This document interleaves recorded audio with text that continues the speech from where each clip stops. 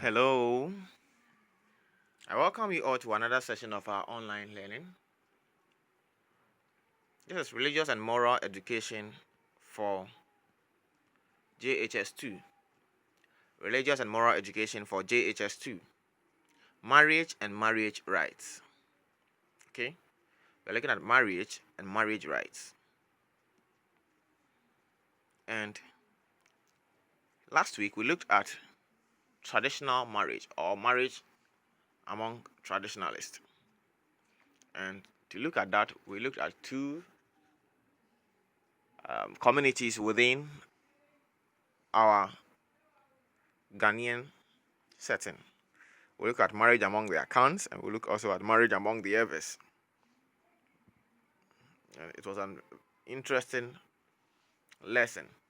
Today we are looking at Christian marriage, and in our next lesson we'll look at Islamic marriage. Christian marriage, and for the Christian marriage we are concentrating on the wedding, that is the blessing of the marriage by a minister, an ordained minister of God, or an ordained minister of the gospel. By the end of this lesson, I'm expecting that the students will be able to describe the procedures for Christian marriage rights, be able to identify the activities involved in a wedding program, and we'll be able to explain the purpose or benefits of Christian marriage rights. So you take note of the following objectives, so that by the end of the lesson, you mark yourself, you ask yourself, have I been able to achieve the objectives? Okay. Christian marriage rights. Christian marriage is based on the teachings of the Bible, because the holy book of Christians is the Bible. Marriage is seen as a divine institution ordained by God in the Garden of Eden.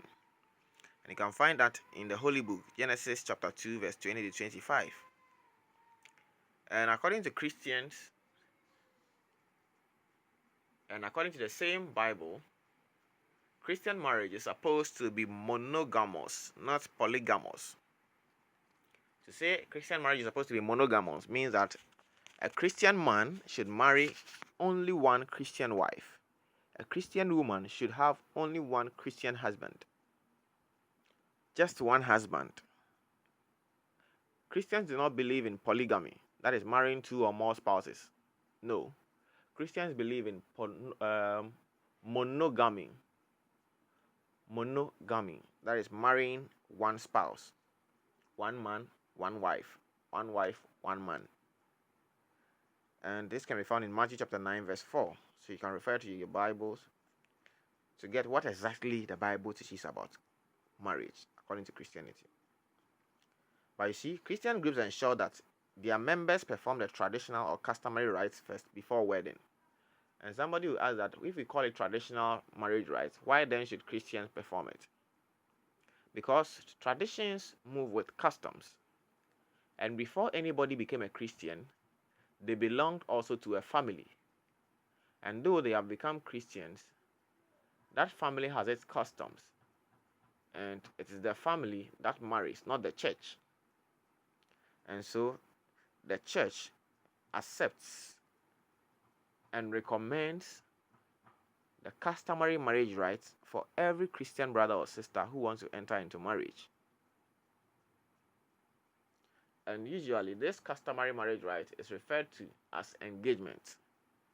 And so there are three main components of the Christian marriage. And it begins with courtship or dating, then engagement, and then wedding. For the courtship or dating, there is a point at which a brother and a sister who have seen each other and are interested in each other in the way of marriage, that they have either fallen in love and want to get married, and so begins a friendly relation through which they get to know each other better and make arrangements for further relationship discussions which may end in marriage. And the engagement, which should be correctly called, or which should be rightly called, the customary marriage, is the official handing over of a woman by her family to a man in the way of marriage.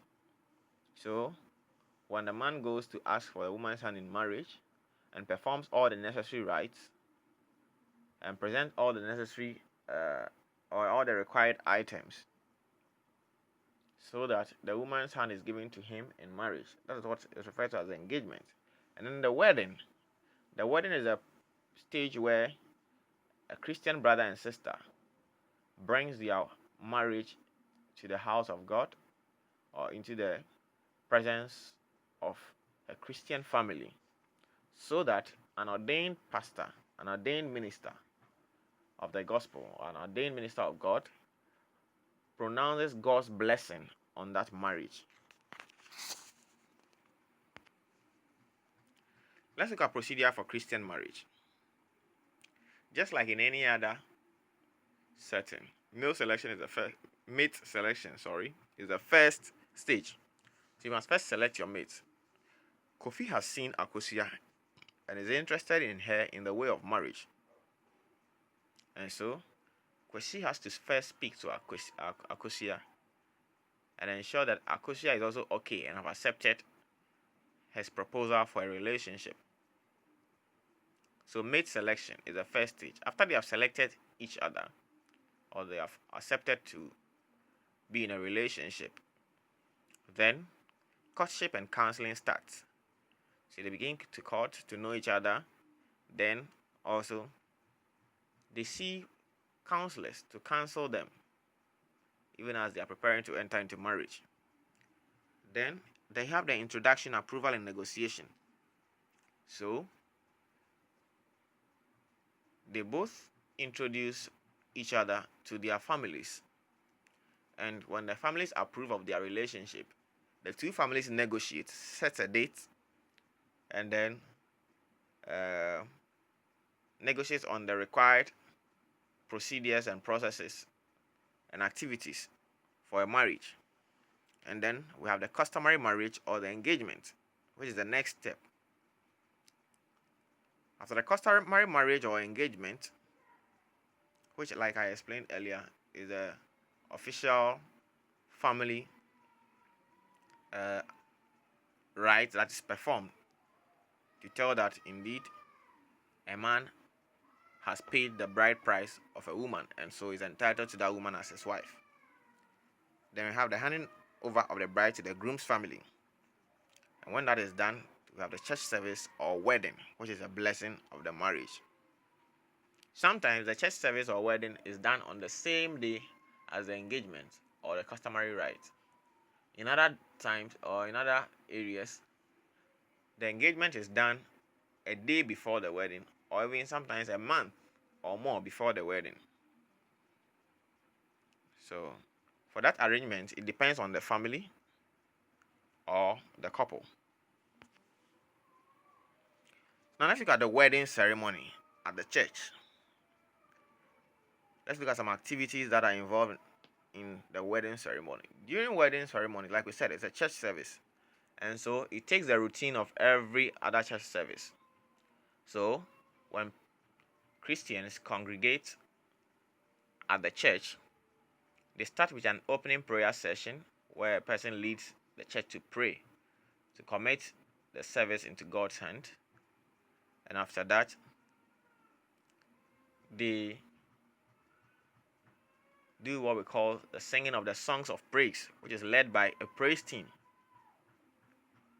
So after the opening prayer and the praises is generally an event of singing, dancing, and merrymaking because the people are happy for the bride and the groom. Usually the service starts after the groom is seated.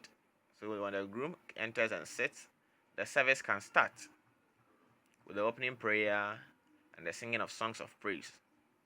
And in most cases, the bride is scheduled to arrive during the time of the singing of songs of praise, so that after the singing of those songs, amidst a hymn or a song of her own choice, the bride is walked in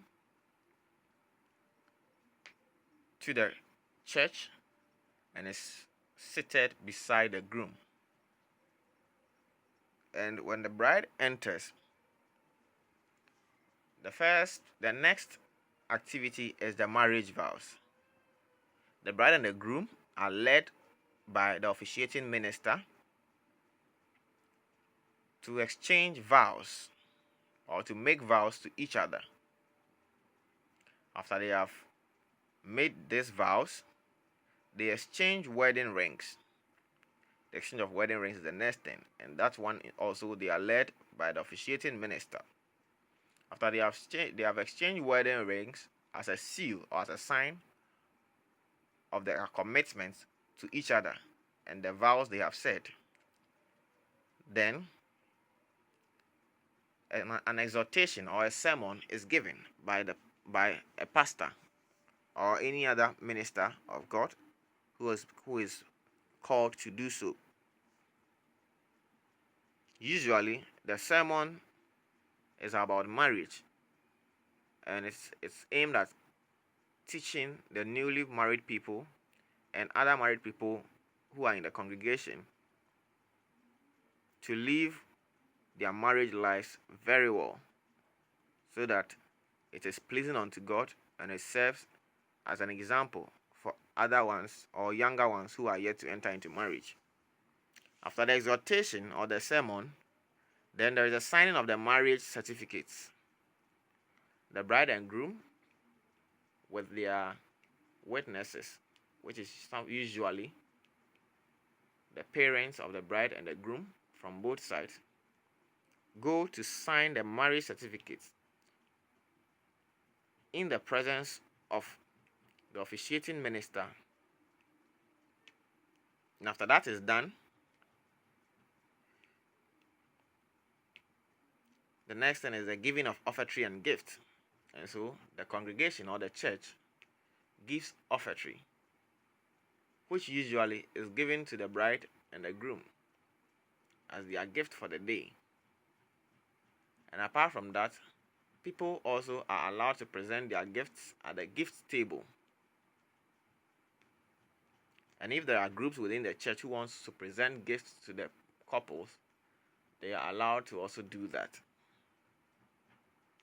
Then, in most cases after that, there is a vote of thanks, and the closing prayer is said, and then the photographs or the taking of photographs continues.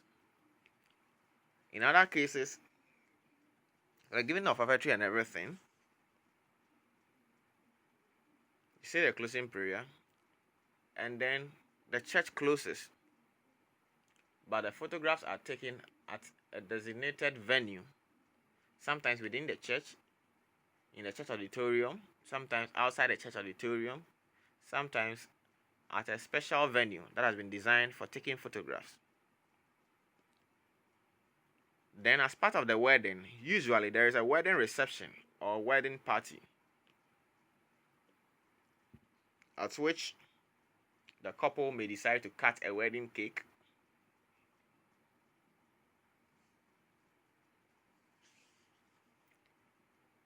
they eat, drink, make merry amidst singing and dancing. And when everybody is done, they say a closing prayer, and that ends the ceremony. In some cases, there are no wedding receptions, but rather package or packs of either food or pastries and drink is given to people who came to witness the marriage ceremony as a sign of appreciation for their time and presence. So this is how wedding ceremony takes place in church, or these are the activities that are involved in a wedding ceremony.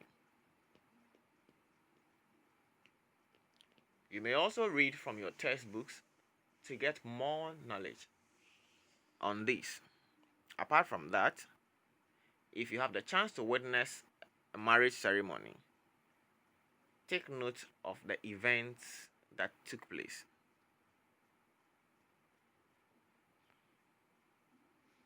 Importance of wedding ceremony. Though some people say that the wedding ceremony is not compulsory or is not necessary, these are some importance of the wedding ceremony. It brings the two families together. 2. It meets the approval of God and is in line with church practices. It brings God's blessings on the marriage. 4. It creates an avenue for adding a legal backing to one's marriage, because in most cases, after the customary marriage rites, there are no certificates that are issued. But before wedding is done, or before a marriage is blessed, one of the requirements is that the couples would have to go and register the marriage and bring a certificate before the minister of the gospel or the minister of God arrange for the blessing of the marriage. So it gives an avenue for adding a legal backing to one's marriage. Then wedding also promotes chastity, because in most jurisdictions or in most denominations, in most churches, people who are not chaste are not made to wear a veil. And so the pride of wearing a veil, that is for the woman or for the bride, helps to promote chastity. Alright, I hope you have learned a lot today. What have you learned? Well, I knew if this was a classroom setting, I would have got a lot of feedback from my students. But to test your knowledge on what you have learned for today, do this assignment. Mention the 3 main components of Christian marriage. 2. List the events or activities of a wedding program. And then 3. Identify 2 importance of wedding.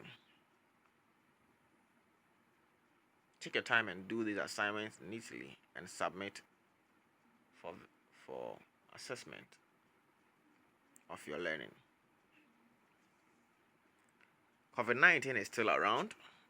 Don't be complacent. Keep on observing all the safety protocols. Wash your hands, use your nose masks, use your hand sanitizers. And then physically distance yourself from others, because you don't know who is carrying the virus. I wish you good luck. Stay safe and keep learning. Bye-bye.